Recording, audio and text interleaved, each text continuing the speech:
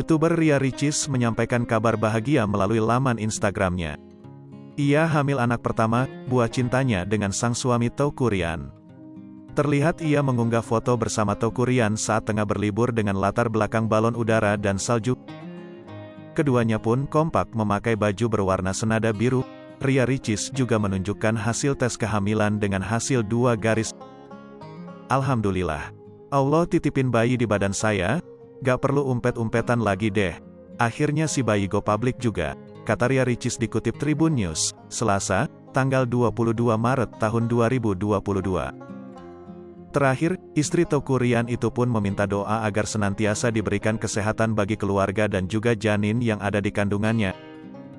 Tak lupa ia mengucapkan terima kasih kepada suami tercintanya, Teuku Ryan. Mohon doanya ya teman-teman semua, semoga diberi kesehatan untuk kami, tutur Ricis. Terima kasih suami @Teuku Ryanter, pungkasnya.